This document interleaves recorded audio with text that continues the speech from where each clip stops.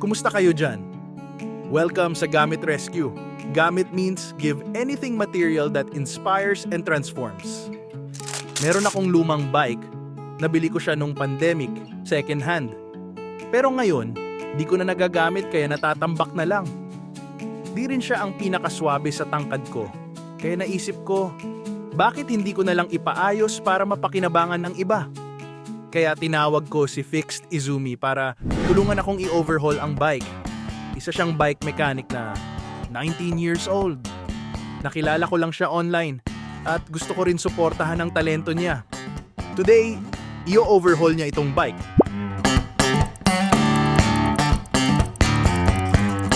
Ayan! Mukhang mas okay na siya ngayon.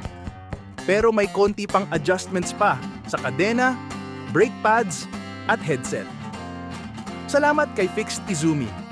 Kung may kailangan kayong bike repair at Metro Manila-based kayo, pwede nyo siyang kontakin sa Facebook.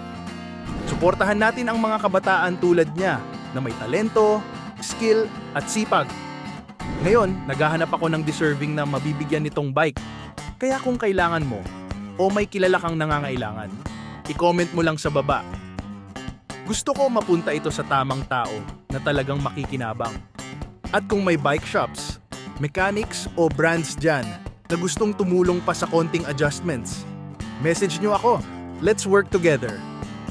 At dito sa Gamit Rescue, pinopromote natin ang culture ng sharing, giving, caring, at supporting each other. Kung may gamit kayo na pwedeng makatulong at makapagbago ng buhay ng ibang Pilipino, let me know. Abangan kung kanino mapupunta ang bike na ito. Let's transform lives together!